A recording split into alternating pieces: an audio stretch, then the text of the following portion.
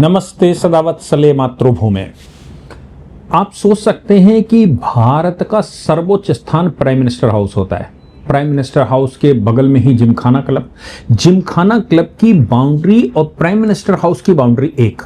और मजे की बात यह है कि उसके थोड़ी ही दूर पर, यह रेसकोर्स का मामला है, उसके थोड़ी ही दूर पर एयरफोर्स का स्टेशन है और यहां पर मस्जिद कैंप बसा हो। 3000 से 4000 लोग रहते हों। यहां 3 छोटी छोटी क्लस्टर बस्तियां बसी हों। कहां बसी? एयरफोर्स स्टेशन से दीवार लगी हुई, भारत के मुख्य एयरफोर्स स्टेशन से दीवार लगी हुई और प्रधानमंत्री कार्यालय के पास, यानी कि प्रधानमंत्री के लोक कल्याण भवन के पास। कोई बहुत पुराना नहीं इतिहास, ये ऐसा है कि वो 4000 साल से बसे हों। अभी पिछले 50 साल में ये सारा खेल हुआ, सिर्फ 40 से 50 साल में। सरकारें भारतीय जनता पार्टी की तो अब आई हैं और जिमखाना जिसमें रसूखदार लोग बैठते हैं, वो आईएएस लॉबी जो भारत में, मतलब जो अंग्रेजों के नौकर थे, भारत के शासक थे, वो क्लब वहां बने थे कि देश को वो तय करेंगे कि आखिर आम आदमी कुछ भी चिल्लाता रहे, वो तय करेंगे सवेरे क्या होना है। उसमें जजेस शामिल थे, उसमें चीफ सेक्रेटरी शामिल थे, उसमें बड़े पॉलिटिशियन शामिल थे, उसमें शोभा सिंह जैसे लोग भी शामिल हो सकते हैं, देश के बड़े इंडस्ट्रियलिस्ट, जिनके लिए पॉलिसी बनाई जाती है। पॉलिसी बनाकर भ्रष्टाचार होता था।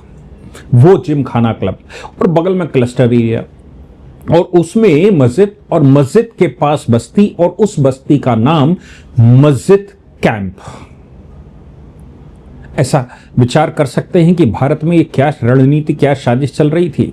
ये साजिशें चल रही थी कि जैसे बांग्लादेश में प्रधानमंत्री कार्यालय को घेरकर प्रधानमंत्री को वहां से भागना पड़ा, ये साजिशें वो हैं कि जैसे नेपाल में घेर लिया गया, वैसा ही भारत में क्यों ना घेर लिया जाए। और रसूखदार लोग बगल में बैठेंगे और मजे की बात यह है कि प्रधानमंत्री की जो सिक्योरिटी के कैमरे हैं उन पर पेड़ लगा दिए बाहर से। फिर ड्रोन उड़ाकर प्रधानमंत्री के यहां कौन कौन है, लोक कल्याण भवन में कौन कौन है, यह भी ड्रोन उड़ाकर पता किया गया। पहले तो जिमखाना को नोटिस दे दिया और कहा कि खाली करो। जिमखाना अवैध घोषित कर दिया। पहले के सीईओ बिठाया, सीईओ बिठाने के बाद उस पर कब्जा करने के बाद फिर सरकार ने उसके कुछ हिस्सों पर ताला लगा दिया। हालांकि वो कोर्ट में मामला चला गया क्योंकि वो रसूखदार लोग हैं, मानेंगे नहीं। सरकार ने इधर मतलब एम्बेसडर होटल या फिर सुजान सिंह पार्क, आप जानते ही हैं कि मॉडर्न स्कूल दिल्ली का सबसे अच्छा स्कूल माना जाता है, लोग कहते हैं। अच्छा और खराब तो पता नहीं, उसको जानने के बाद पता लगेगा। लेकिन ये तो सर शोभा सिंह, जिन्होंने भगत सिंह को फांसी के लिए गवाही दी थी और भगत सिंह को उनकी गवाही के आधार पर फांसी लग गई थी। आधी दिल्ली के मालिक, कनॉट प्लेस का एक पूरा ब्लॉक उनके नाम, जनपद में उनके पास प्रॉपर्टी और उधर खान मार्केट पूरा उनका। ऐसे लोग, इनको खाली करने के लिए भी सरकार ने कहना शुरू कर दिया, भाई इनको भी एलडीओ ने नोटिस दे दिया, खाली करिए। सुजान सिंह पार्क को इधर मिलाइए, सरकारी जमीन है, आपकी लीजें खत्म हो गई, अंग्रेजों ने करी होंगी, लीजें खत्म हो गई, अब चली जाइए, या फिर आप दुरुपयोग कर रहे हैं उनको खाली करिए। अब ऐसी परिस्थिति में प्रधानमंत्री के पीछे या प्रधानमंत्री के खिलाफ सीजेपी बनाकर, कॉकरोच जनता पार्टी बनाकर क्यों ना उनको घेरा जाए, उनका दिमाग यहां भटकाया जाए और उधर वो इविक्शन हो रहा है, उस इविक्शन को रोक दिया जाए। आपने संसार में किसी देश के प्रधानमंत्री और राष्ट्रपति के भवन के अगल बगल क्लस्टर एरिया देखा है? आपने प्रधानमंत्री राष्ट्रपति के कार्यालय या भवन के अगल बगल ड्रोन उड़ते देखा है प्राइवेट? आपने नहीं देखा होगा, मैंने सुना भी नहीं है। लेकिन भारत में यह हो रहा था कि प्रधानमंत्री कार्यालय पर कब्जा करना है तो कैसे होना है। अगर किसी देश पर कब्जा करना है तो 2-3 काम करने होते हैं बस। आप संसद पर हमला कर दीजिए, उस पर कब्जा कर लीजिए, ऑल इंडिया रेडियो पर कब्जा कर लीजिए और सेना का कोई बड़ा अधिकारी यह घोषित कर दे कि भाई हम तो आपके साथ हैं, और प्रधानमंत्री को बंधक बना लीजिए, हो गया देश का कब्जा। ऐसे ही देशों में कब्जा होते हैं, सरकारें बदली जाती हैं। वो चाइना की कम्युनिस्ट सरकार बदली हो, नेपाल में बदला हो, बांग्लादेश में बदला हो, श्रीलंका में बदला हो, संसार भर में ये सब क्रियाएं चलती हैं। भारत में भी उसका प्रयास। लेकिन भारत के प्रधानमंत्री ने 2019-20 की तरफ ही ऐसे सर्वे करवाने शुरू कर दी थी जो ड्रोन मैपिंग करते थे, यानी कि पूरे देश में ड्रोन लगाकर, ड्रोन उड़ाकर ये देखना कहां क्लस्टर एरिया है और कैसे एरिया है, किनकी ओनरशिप बनती है, किसकी प्रॉपर्टियां हैं, ये सब करना शुरू कर दिया। 2020-21 में इस क्लस्टर एरिया को खाली करने के लिए जब वहां प्रशासन गया तो ऑनरेबल हाईकोर्ट पहुंच गए। हाईकोर्ट ने यह तो माना कि यह सरकारी संपत्ति है, हाईकोर्ट ने यह माना कि ये सिक्योरिटी के लिए आवश्यक है, प्रधानमंत्री की सिक्योरिटी के लिए आवश्यक है, क्योंकि ये जो 700-800 परिवार हैं जिसमें 3-4 हजार लोग रहते हैं, 5,000-6,000 लोग रहते हैं, ये अगर पत्थरबाजी करें तो क्या होगा। और हम तो जानते हैं मस्जिद से जैसे ही अजान होगी, अजान के बाद लोग इकट्ठे होंगे, उसके बाद वहां तकरीर रखी जाएगी और तकरीर ऐसी होगी कि हमें सब बदल देना है और अल्लाह कह गए थे और पैगंबर ने संदेश दिया था और ये बर्दाश्त नहीं है, ये काफिर खत्म होने चाहिए, और प्रधानमंत्री भी ऐसे ही हैं, इनको भी खत्म होना चाहिए। और फिर क्या है, पत्थर मारना शुरू कर दो।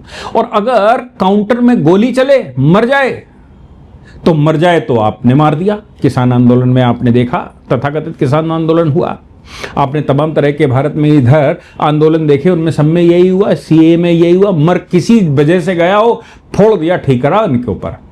ऐसा ही नीट की परीक्षा में भी हुआ, मरा बच्चा किसी कारण से हो, लेकिन ठीकरा फोड़ दिया इधर सरकार के ऊपर, आपने मार दिया। तो अगर उस बस्ती को खाली करवाने जाते हैं, आप हमला करते हैं, आप वहां इकट्ठे होते हैं, आप कुछ गलत करते हैं और उधर से अगर क्रॉस फायरिंग होगी बचाव के लिए, प्रधानमंत्री की सिक्योरिटी की वजह से मर गया अगर कोई, तो आप समझ लीजिए क्या होने वाला है। नई दिल्ली क्षेत्र में ऐसी 3 बस्तियां प्रधानमंत्री के हाउस के अगल बगल थीं जिनको गिरा दिया गया। मस्जिद वाली जो मस्जिद कैंप था, पूरे उसमें मस्जिद की वजह से, जो कोई बड़ा पोर्शन मस्जिद का था और मस्जिद के चारों ओर क्लस्टर एरिया बस गया था, वो पूरी मस्जिद सहित साफ कर दिया गया। एक मस्जिद कैंप था, तो भारतीय जनता पार्टी की सरकार है, तो आप समझ लीजिए कि काउंटर में लोगों ने उधर दूसरे कैंप को भाई राम बस्ती कह दिया। ऐसी ही एक डीडीए, डीडीजीए, डीडीपीए, ऐसा कुछ नाम रख के एक बस्ती कह दिया।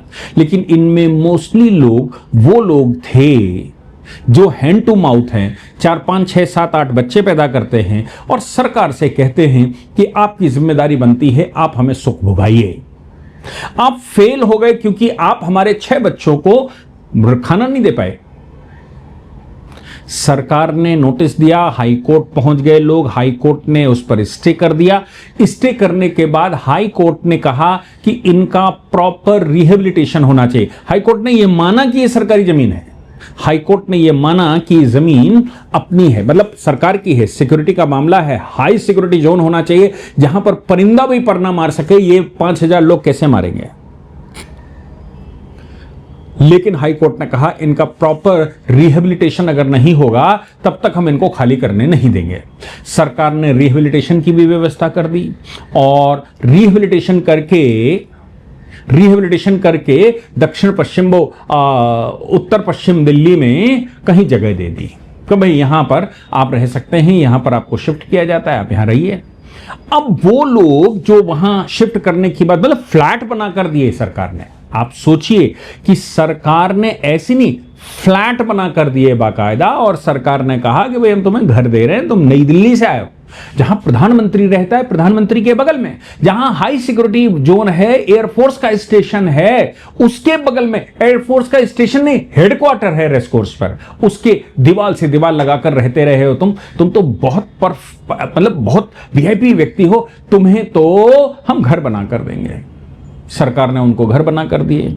घर बनाकर देने के बाद शिफ्टिंग की बात कही, तो शिफ्ट कौन होगा। यहां नई दिल्ली में फ्री में रह रहे हो, खाना पानी मिल ही रहा है, केजरीवाल जैसे लोगों ने वहां सारी व्यवस्थाएं करवा दी थी, कांग्रेस का प्रधानमंत्री रहा तो वो भाई बंधु हुआ करते थे। ऐसी परिस्थिति में ये मोदी जी की सरकार है, ये सिक्योरिटी ध्यान में रखे और भविष्य में होने वाले भारत के संकट को ध्यान में रखे है, डेमोग्राफी को ध्यान में रख रही है, आगे आने वाले संकट की तैयारी में है। भारत सरकार, अब मान लीजिए मोदी जी की सरकार, मैं जहां तक समझ पाया, वो आने वाले भारत के संकट के लिए तैयार है, जो कि हमारे घर में आस्तीन के सांप कुछ गलत करना चाहते हैं, हिंदुस्तान को दारुल इस्लाम बनाना चाहते हैं, कोई हिंदुस्तान को ईसाईस्तान बनाना चाहता है, उन सभी के लिए भारत सरकार ने व्यवस्था कर रखी। अब कहने के लिए इस प्रकार के लोग वहां बसाए गए तो वो ईडब्ल्यूएस कैटेगरी के आते हैं, चलिए भाई ईडब्ल्यूएस कैटेगरी के आते हैं, लेकिन लोक कल्याण मार्ग के बगल में, वायुसेना के हेडक्वार्टर के बगल में 3 बड़ी बस्तियां बस जाएं और सरकार को होश भी ना हो। मैं समझता हूं कि जब उनको जगह दे दी गई तो अब नया विवाद शुरू हो गया। नया विवाद ये शुरू होगा कि एसआईआर दिल्ली में हो रहा है, साहब एसआईआर में इनका नाम कट गया, नई जगह पर गए हैं, वहां तो मिलेगा नहीं, और यहां एसआईआर में नाम था, यानी कि 2003 की लिस्ट में नाम था, अब नाम नहीं है क्योंकि वहां चले गए। पुलिस ने या जो इलेक्टोरल डिपार्टमेंट है उसने माना कि भाई देखो इनको अपना फॉर्म 8 भरकर देना पड़ेगा। बीएलओ ने कहा नाम काटे नहीं गए हैं, अगर वो फॉर्म 8 का मतलब है कि पता शिफ्ट हो गया है मेरा, तो पता शिफ्ट का एप्लीकेशन कर दें, इनका वहां बन जाएगा।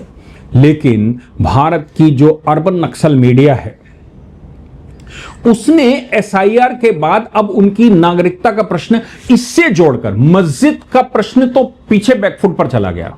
सरकार ने मस्जिद तोड़ दी, सरकार ने झुग्गियां तोड़ दी, सरकार ने बुलडोजर लगा दिया, सब काम खत्म हो गया। लेकिन आज वहां सवाल जो उठा दिए गए वो ये उठा दिए गए कि एसआईआर की वजह से अब ये खानाबदोश की जिंदगी ही नहीं, ये तो अब देश से बाहर जाने की परिस्थिति में आ गए, क्योंकि एसआईआर में क्वालिफाई हो नहीं पाएंगे। जिस एड्रेस पर गए वहां तो कोई था नहीं, वहां तो सरकार ने एक दिन में रात भर में बुलडोजर लगा गिरवा दिया, और जहां घर मिला, जब बुलडोजर लगा है तो घर मिला तो वहां मजबूरी में शिफ्ट हो गए, वैसे तो शिफ्ट होना नहीं चाहते। अब कहते हैं साहब वो 45 किलोमीटर दूर है प्रधानमंत्री कार्यालय से, हम तो प्रधानमंत्री कार्यालय के अगल बगल ही रहेंगे, हम तो प्रधानमंत्री कार्यालय के अगल बगल ही रहेंगे, हम 45 किलोमीटर कैसे आएंगे? 500 रुपए का डीजल खर्च होगा एक तरफ से, 500 रुपए का डीजल, मतलब ये ईडब्ल्यूएस कैटेगरी के लोग हैं और ये गाड़ियों से आएंगे। 500 रुपए का डीजल मतलब 45 किलोमीटर 500 रुपए का डीजल मतलब ये गाड़ी से आएंगे, गाड़ी से जाएंगे। तो इनका कहना है कि 500 इधर से 500 उधर से, 1000 रुपया रोज, 30,000 रुपया तो हम महीने में कमाते नहीं, 30,000 खर्च करके हम यहां कैसे आएंगे? क्योंकि हमारा व्यवसाय यहीं पर है, हमारे लोग यहीं पर हैं, हमारी कनेक्टिविटी यहीं पर है, हमारे सब कुछ यहीं पर है, इसलिए यहां हमको वहां पर रोजगार भी दिया जाए। ये दिल्ली के रहने वाले लोग नहीं हैं, ये देश भर से तमाम छटे हुए लोग यहां रहने आए थे। हालांकि सरकार की भलमनसाहत देखिए, कोर्ट की भलमनसाहत देखिए कि इनको रिहेबिलिटेशन में बाकायदा फ्लैट बना कर दिए, फिर भी ग्रीवांस अर्बन नक्सल मीडिया ने यह उठा दिया है कि एसआईआर इनकी चूंकि हो नहीं सकती, जिस पते पर इनका कार्ड था उस पते पर तो सपाटा पड़ा हुआ है, मैदान कर दिया सरकार ने, मस्जिदें तो तोड़ दी, मस्जिद वाला कैंप कहां बचा? तो अब एसआईआर अगर पूरी हो जाएगी और जहां वो गए हैं वहां पर इनका वोट बनेगा नहीं, क्योंकि एसआईआर में कैसे बनेगा, और जहां का है वहां तो जगह साफ है। तब बीएलओ को स्पष्टीकरण देना पड़ा कि अगर आप फॉर्म 8 भरते हैं तो मैं यहां से स्वीकार करके उस बस्ती में जहां तुम्हें बसाया गया है, जहां बस्ती तुम्हारी नई शिफ्ट कर दी गई है, वहां हम आपका ट्रांसफर कर देंगे।